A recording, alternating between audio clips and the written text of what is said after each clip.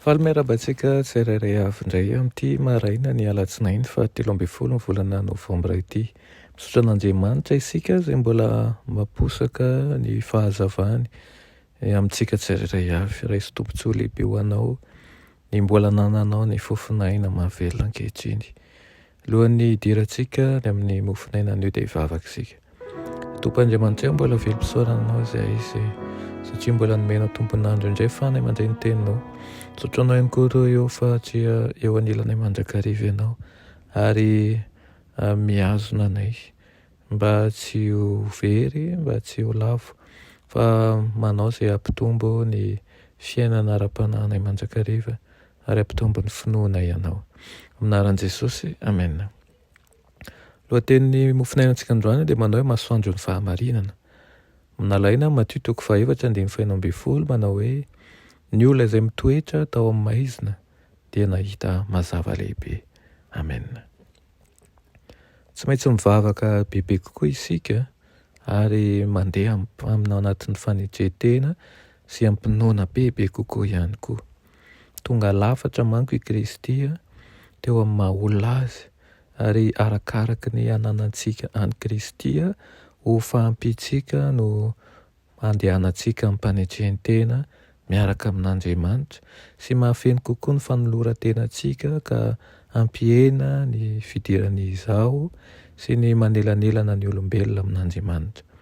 Tokony hitoetra amin'ny fanahy isan'andro ny fahasoavan'i Kristy ary izay ihany isika vao haharitra toy izay mahita an'izay tsy hita.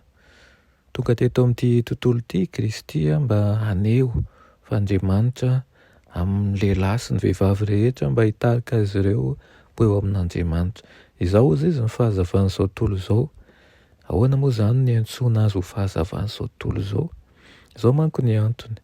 Nidina avy any an-danitra Kristy, ilay mpampianatra marina, iraka Andriamanitra, ilay voafidy sy haneho ny toetra an'Andriamanitra amin'izao tontolo izao. Ilay manana fahazavany maraina mamirapiratra, ilay masoandro ny fahamarinana, fahazavana ho an'i jentilisa ary koa voninahitry ny Israely vahoakany.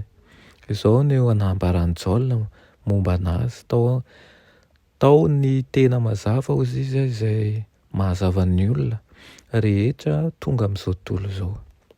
Azontsika atao ny mangataka amin'ilay tompontsika satria fantatsika fa ahazo isika.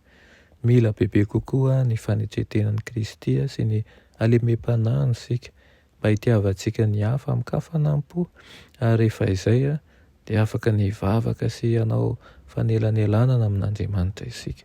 Ary amin'izany no anatanterantsika ny teny hoe ny fiasan'ny vavaky ny marina dia mahery indrindra. Ny fisainan'i Jehovah izay asehony amin'izay matahotra azy.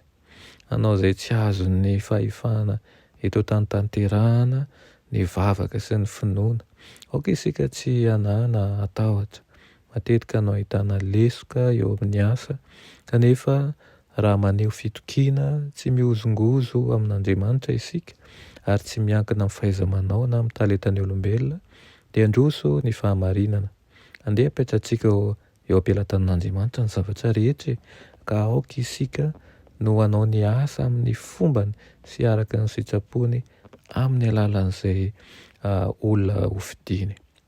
Ampiasain'Andriamanitra tokoa ianao izao mba ho hita tokoa ny fanetretena, hitombo ny fanetretena ananantsika ary hanana fahalemem-panahy araka ny sitrapon'Andriamanitra isika. Dia alao hery ary amin'ity maraina ity ka ho herinandro hitondra fandresena ho anao tokoa ity herinandro ity, hitondra hery ho anao indray ka ahafahanao mandeha amin'ny kafanampoa eo ampamitana ny heraka Andriamanitra. Amen. Ry rainay tsara indrindra izay any an-danitra, tolotra ianao ny dera, ny laza sy ny haja satria nomenao anay tokoa ny fitiavanao, ny fahamasinanao, ny fahamarinana rehetra ka tsy tapina intsony ny masonay ankehitriny fa no hazavainao. Ianao tokoa ilay fahazavan'izao tontolo izao, fahazavana ho anay ka mahatonga anay mahazo ny fahamarinana rehetra avy aminao.